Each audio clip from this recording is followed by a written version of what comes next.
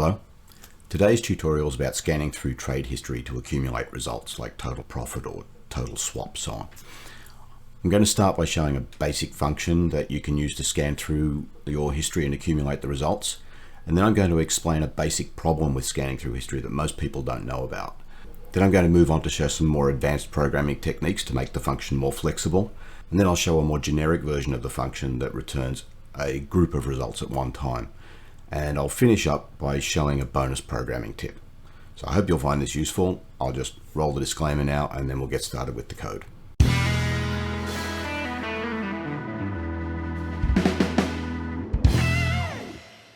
Now I've opened the editor window.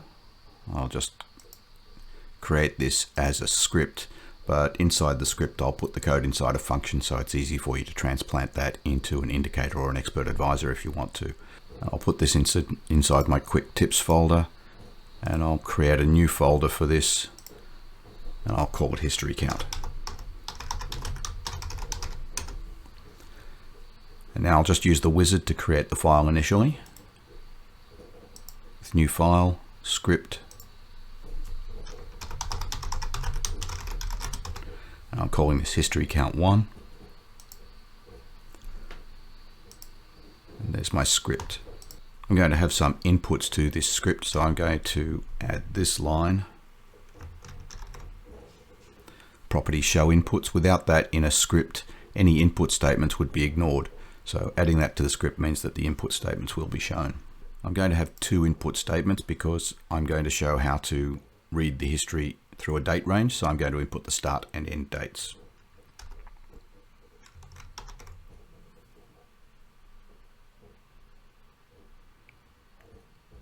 Now, I'm setting the start time as 0, which will default to 1st of January 1970. That's the 0 date.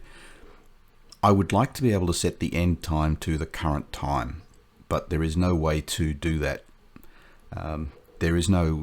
This default value must be a constant. The only way to get the current time is with a function. So let me just change it quickly. So this would give me the current time, but that will generate a compiler error because time current is a function and not a constant. And there it is. I can replace this with a macro value, date time, and that will compile because this is a constant. But this date time will be the date and time that this application was last compiled. So at the moment it's going to show correctly, but in tomorrow or in a week's time, this is still going to show the last time that this was compiled. So it's not really a good substitute for the current time. What I'm going to do instead is leave this as 0, and so this will default to 1st of January 1970, but in the code later I will check, and if the end time is 0, I will set it to time current. And that's why I'm saying here 1970.11 equals now, and I'm sorry, but that's the best I can do. In the onStart, this is where the bulk of the work is going to happen.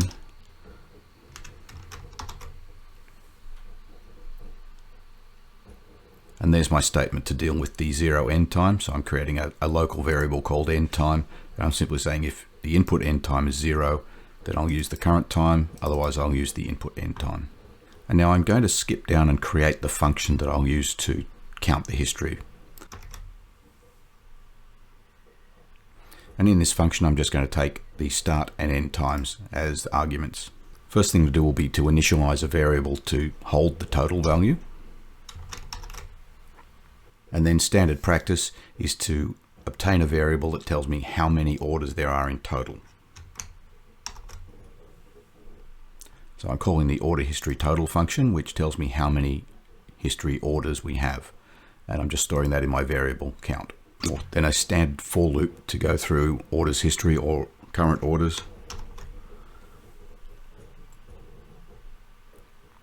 Simply saying for I beginning at 0, as long as I is less than the total count, and incrementing by 1 each time.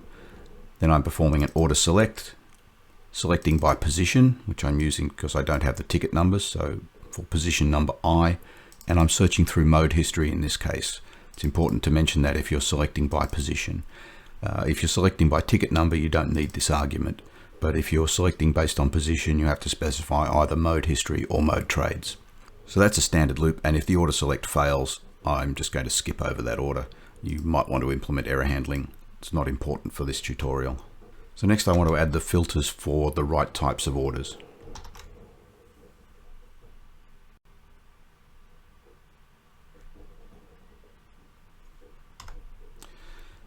So the first thing I'm doing here is checking if order type is not equal to type balance. If you're skipping through all of history, there will be lines in that history that indicate where you've made deposits to the account, and they are of type balance, and I don't want to count those. That's up to you, but I don't want to count them. So then I'm simply saying if the order open time is greater than or equal to the start time, which has been passed in, so this is inclusive. So if it's equal to the start time, I'll also count. And if the order open time is less than or equal to the end time, then I'm just adding the order profit to my total. After that, all I need to do is return the total value. And this function will then give me the total profit on all orders from the start time to the end time, or all orders that have been closed and therefore they're in history from the start time to the end time. So now back in the onStart event handler, I'm calling the sum history function. So I'm just assigning the value of that to this closed profit variable. I'm passing in the input start time and the modified end time. And then I just want to show the results.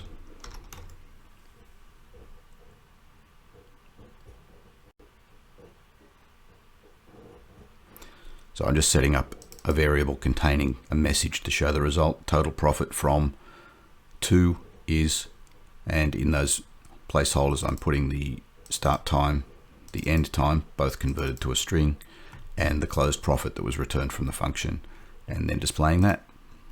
And that's the simple case. Let me just compile, make sure I don't have any errors. And that's a simple case where I have a function that will give me a total of some value from orders history between two dates. So I'll just do a quick demonstration of that. Now I have the charts open here. I have already built history count number 1. You can see I have some account history here ranging in dates from the 11th of November to the 19th of November. I do have some trades open, but we're only looking at history at the moment.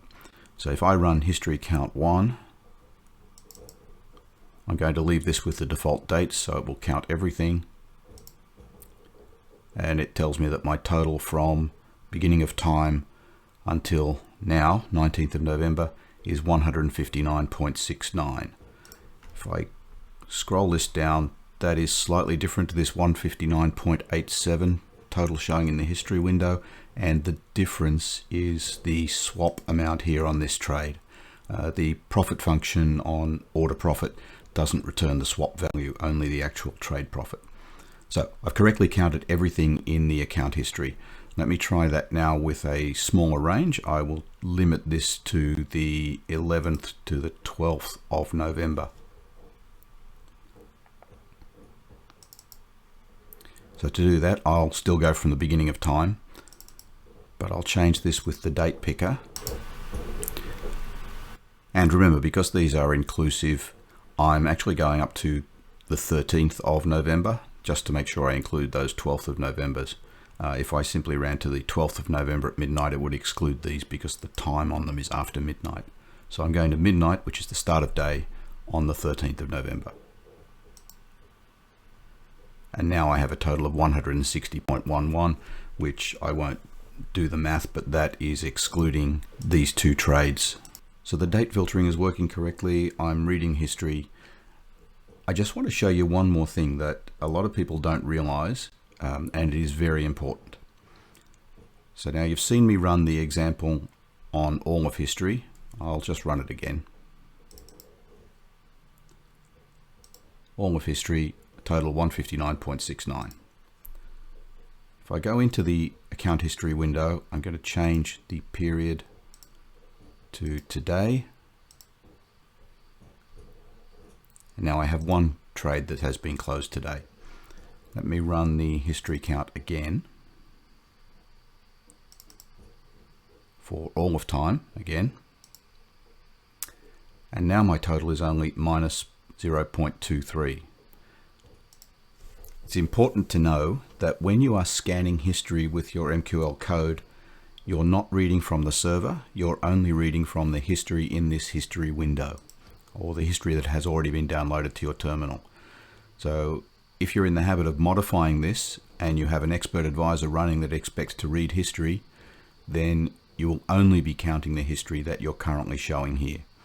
So my advice generally is leave this set at all history, and if you want to view just subsets of this history, then perhaps open a second terminal window somewhere else. Now obviously history count 1 and the sum history function are quite limited. It gives back a single value and you have to code for that value. I'm going to show a technique now that may not be the most applicable for this, but it is an interesting programming technique. So I've made a copy of history count 1 and renamed it to history count 2. I'll just change the comment here. I have the same inputs, but now I'm going to include a type definition.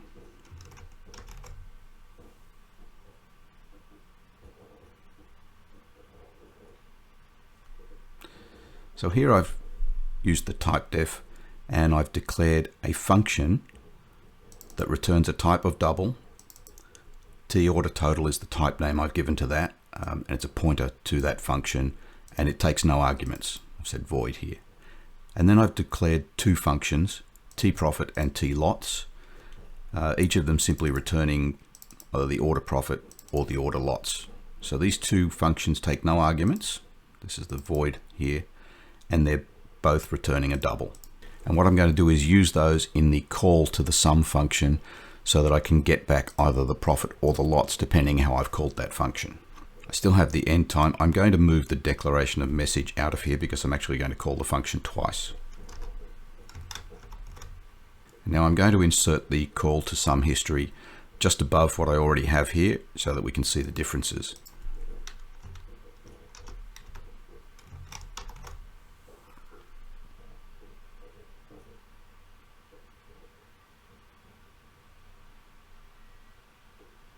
What I have here, it's still called sum history. I'm still passing in the start time and the end time.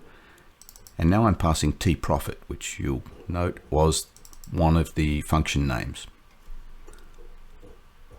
And then I've simply changed the message here to show that I'm returning the closed profit.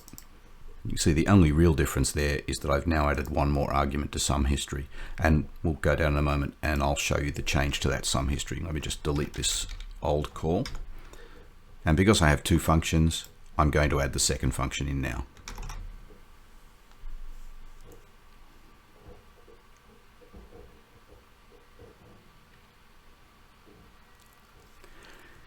So now I'm declaring another variable called closed lots. I'm still calling sum history with the start time and the end time, but this time I'm passing in the T lots function.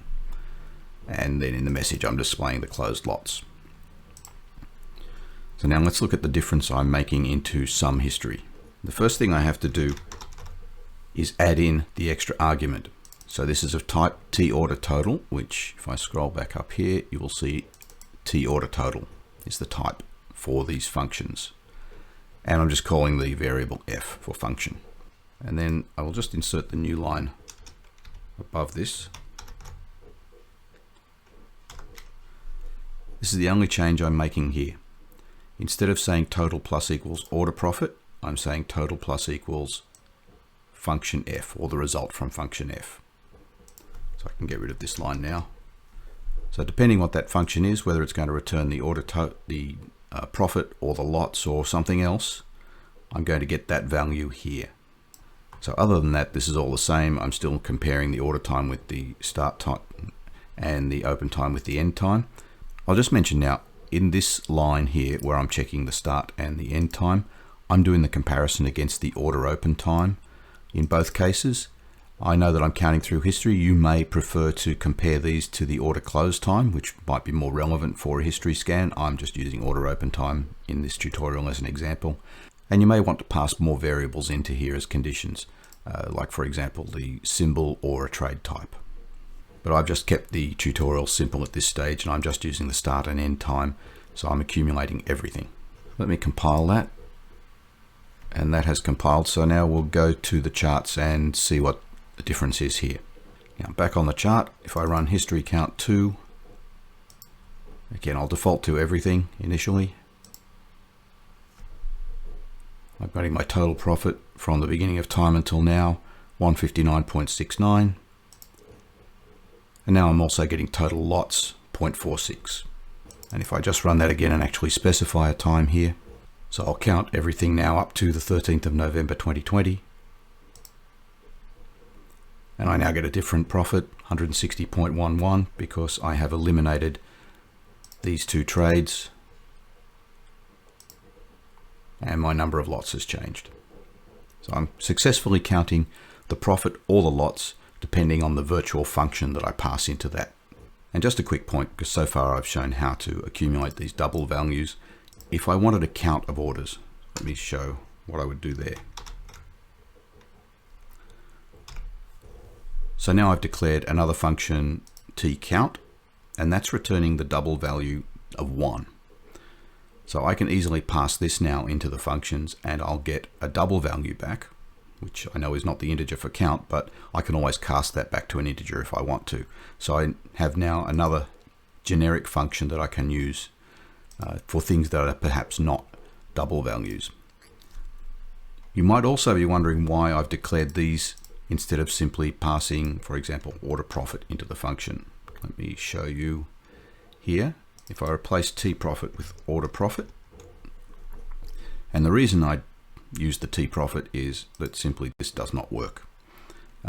You can't call those and use the inbuilt order functions as generic functions. Now these generic functions are a useful programming technique, but as I mentioned earlier, they may not be the best way to write this kind of function. Really, it's still very limited. I'm getting a single value back. So I've taken a copy of history count 3 now as history count 4, and I'm just going to modify this to be a much more useful function. First thing I'll do is remove these declarations because I won't be using them in this function.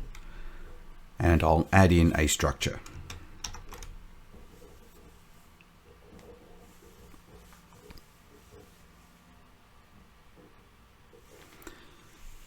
Now this is my structure that I'm going to return the values for, and I've just chosen a selection of variables that I might want to accumulate. So there's the count of orders, there's the profit, lots, a date time, which is going to be the first open time. So these first 3 are accumulators because I'm going to be adding together the values from all the orders. These next 2 and the high open price and low open price, they're going to be conditional. I'm going to only return one value for each of those, and it will be either the earliest open time or the last open time or the highest open price or the lowest open price. And also I'm going to return a complete list of all of the ticket numbers just to show how to handle the array. The first change in the onStart, then I need to declare a variable.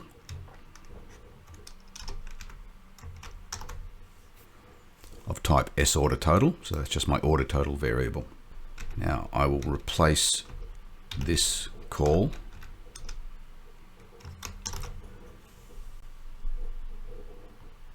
So now here I am loading in the history data, passing in the start time and the end time. And I'm also saying that I want mode history. You'll see how I'm using that, but I'm making this sum orders function now so that it will work with history or current. And I'm adding in the order total.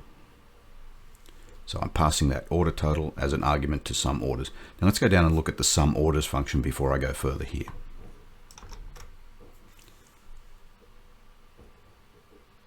Now I've just put the sum orders function above the existing sum history so that you can see the comparison. And let me wrap this around. So I'm still taking a date time for the start and end time, the same as I did for the sum history. Here's the mode that I mentioned because I'm going to be able to use this not just for summing history but for orders, and that's why the name change. And here's the order total, and because I'm passing that by reference, there's an ampersand ahead of the variable name. And then I have this bool reset equals true. And you'll see that used in a moment. Let me just get rid of the rest of the sum history and I'll go through creating the sum orders function. So the first step, if this reset is true, and that simply means I want to initialize this total variable. As a structure, if I don't initialize that and simply declare it, as I have done here, then it will hold any kind of information that was already in memory in that space. structures are not initialized to any zero value. So I need to make sure that I'm starting with a zero value. So if the reset has been passed in, so if I'm passing in reset, I'm defaulting that to true, which is why in the initial call I didn't pass the value. If reset is true, then I'm going to call another function called new orders total. The reason I've made that a new function is because I have to set all of these values independently. So let me write that function.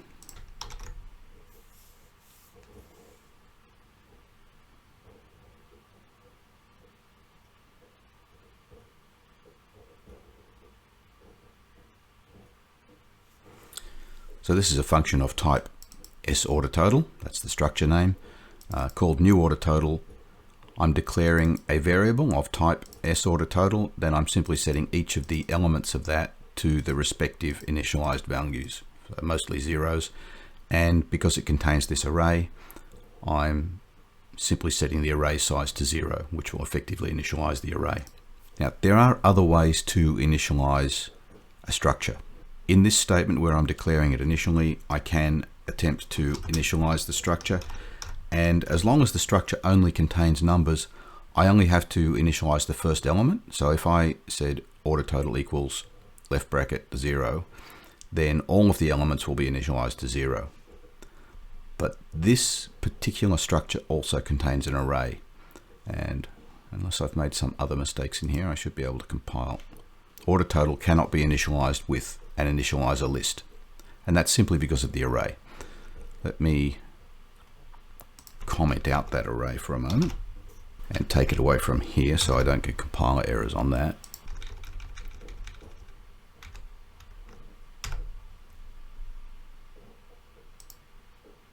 So I don't get any compile errors now because I've removed this line. But as long as I have that array,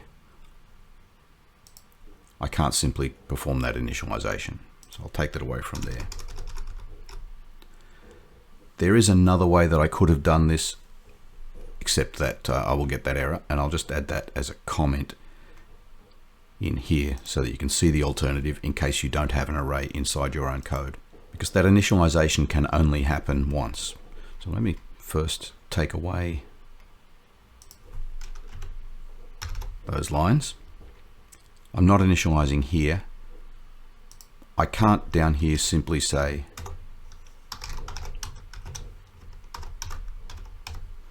if I try to compile that, I'll also get an error.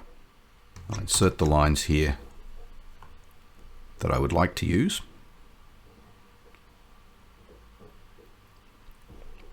So as I said, I can't simply assign a 0 value to total, but I can create a new variable assigning the 0 value to that and then assign that variable to total. And because at the moment I still have the array commented out, I can compile that and that would work. But because I do want that array,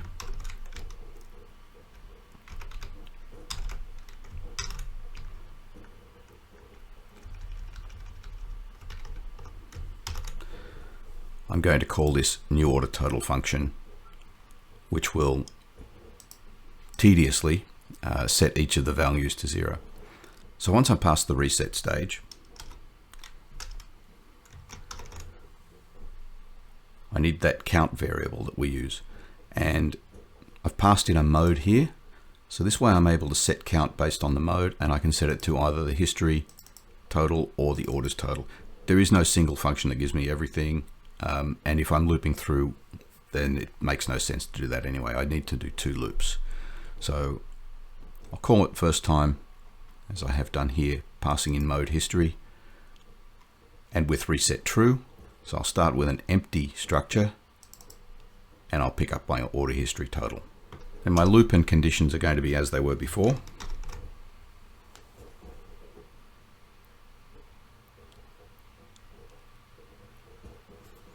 So I'm still looping through for I equals 0 to count, selecting by position.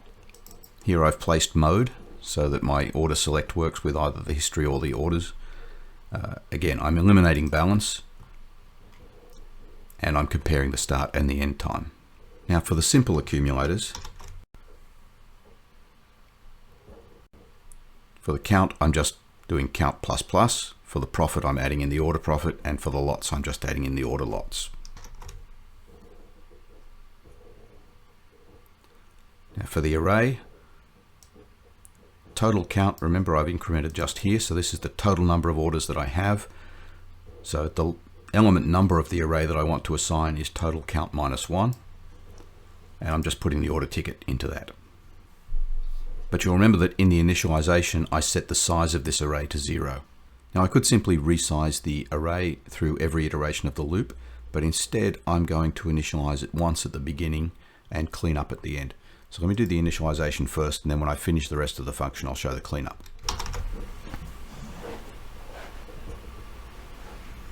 So I'm doing a one-time resize of the order ticket list array to the total count, and if I've just initialized this, then that would be 0, plus the number of elements that I've counted. So if there's already something in here, then total count will already have a value, and I'll simply be resizing this array to that plus the count. Now I know I'm going to be eliminating some things here, so there may be orders of type balance, there may be orders that are outside this start and end time range, but this will make sure I have enough elements in it, and the cleanup that I'll do at the end of the loop will remove any unwanted elements at the end of the array. So with this one statement, I'm making sure the array has enough elements to hold everything. So I'll just do that cleanup now while we're talking about it. First I'll need to close out these loops and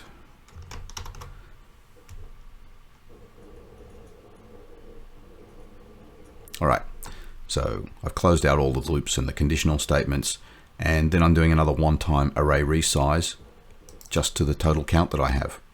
So if I've added too many elements at the end, the count will be less, and I'll just be removing those by this array resize. And the last thing to do are the limit type accumulators, the ones that show the high and the low values.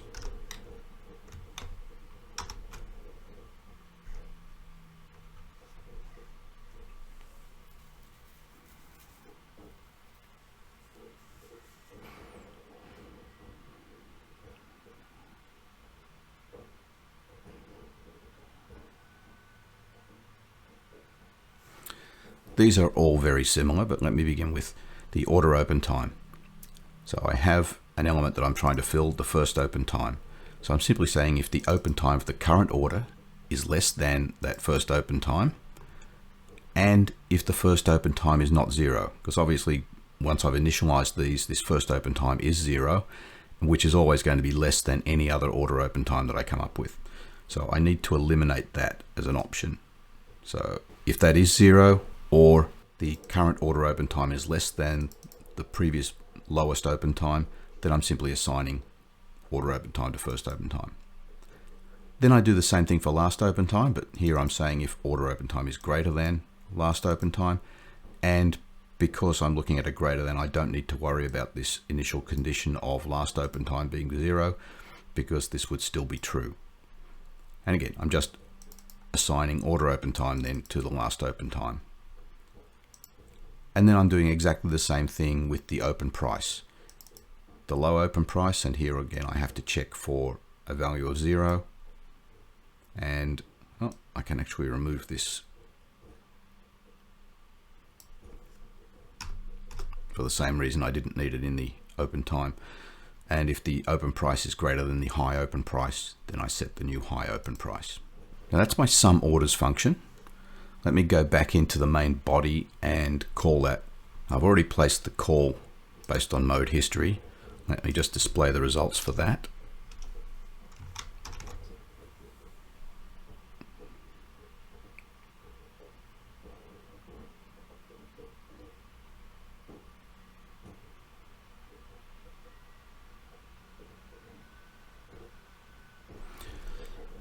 So here my message will say for history, the count is equal to placeholder, the profit is equal to placeholder, number of lots. I'm also displaying the first time that I found, the last time, the low price, and the high price.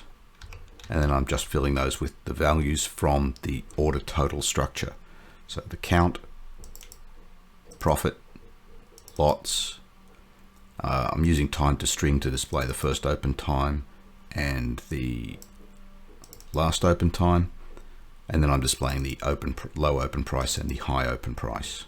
I also retrieved a list of ticket numbers, so I'll display those just to show that we got something back.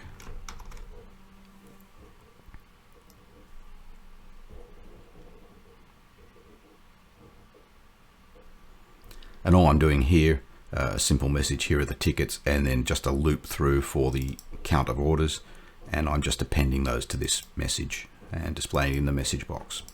But then I also want to get the current orders.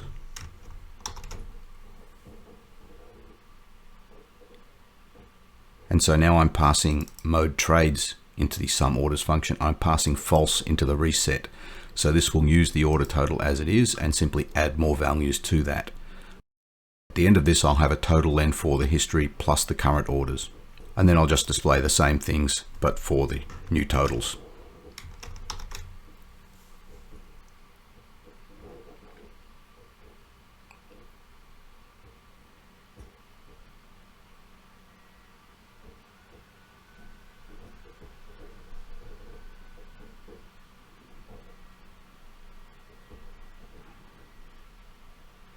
That should be everything I need. Let me just check. Compiles, and let's go across to the code. Let's go across to the terminal now and see that happen. All right, back in the code here. Let me run history count 4. Again, the inputs are all dates. Okay, and I can see I have a count of 17, profit of 159.69, total lots, the earliest time, and the last time. Now this is the history, 19th of November, low and high price. Okay, and here are the ticket numbers. So a list of tickets there. And now for all orders, you can see the count has gone up from 17 to 19 because I have 2 open trades. The profit will now also include any open profit. So I have a small profit here at the moment, fluctuating as the prices change. So the profit has changed. Total lots now includes the open orders, and the last time and the first time will also count those. So that's a demonstration of using a structure to get back all of the information in a single loop that you need. You may want to make a standard structure that you use in all cases, or you may prefer to build that structure up for each of your pieces of code depending on the information you want.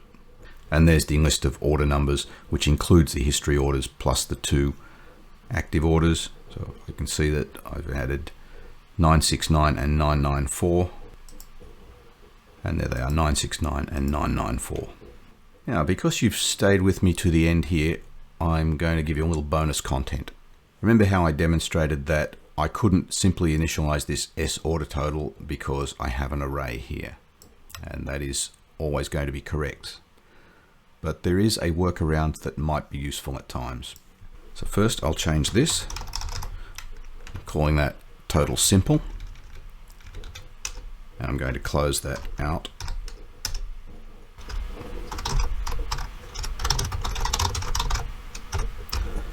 And create an S order total that holds the order ticket list.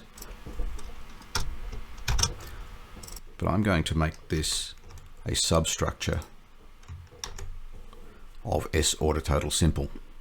And by doing that with a colon and declaring the other structure, I've now made a structure that contains all of these values plus this. Now if I go down to the function, remember I had these lines earlier where I set S order total variable temp to 0, and then I simply assigned a temp to total. Let me show you how that might work now.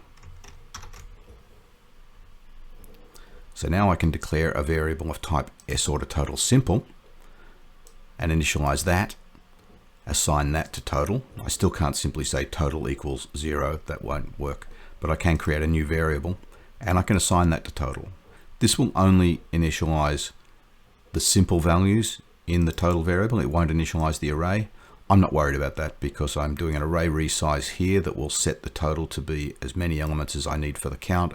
I know that I'm going to fill each one of them with a ticket number, and that I'm going to delete any at the end of the array that I don't need. So I'm not worried if that array contains some junk at the end of this initialization. So that's just a little bit of bonus content. in terms of being able to create structures based on other structures and the kind of things you can do in initialization. So I hope you found this useful. If you have, then please click the like button.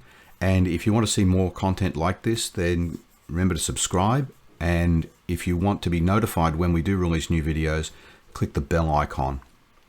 So until next time, thank you for watching.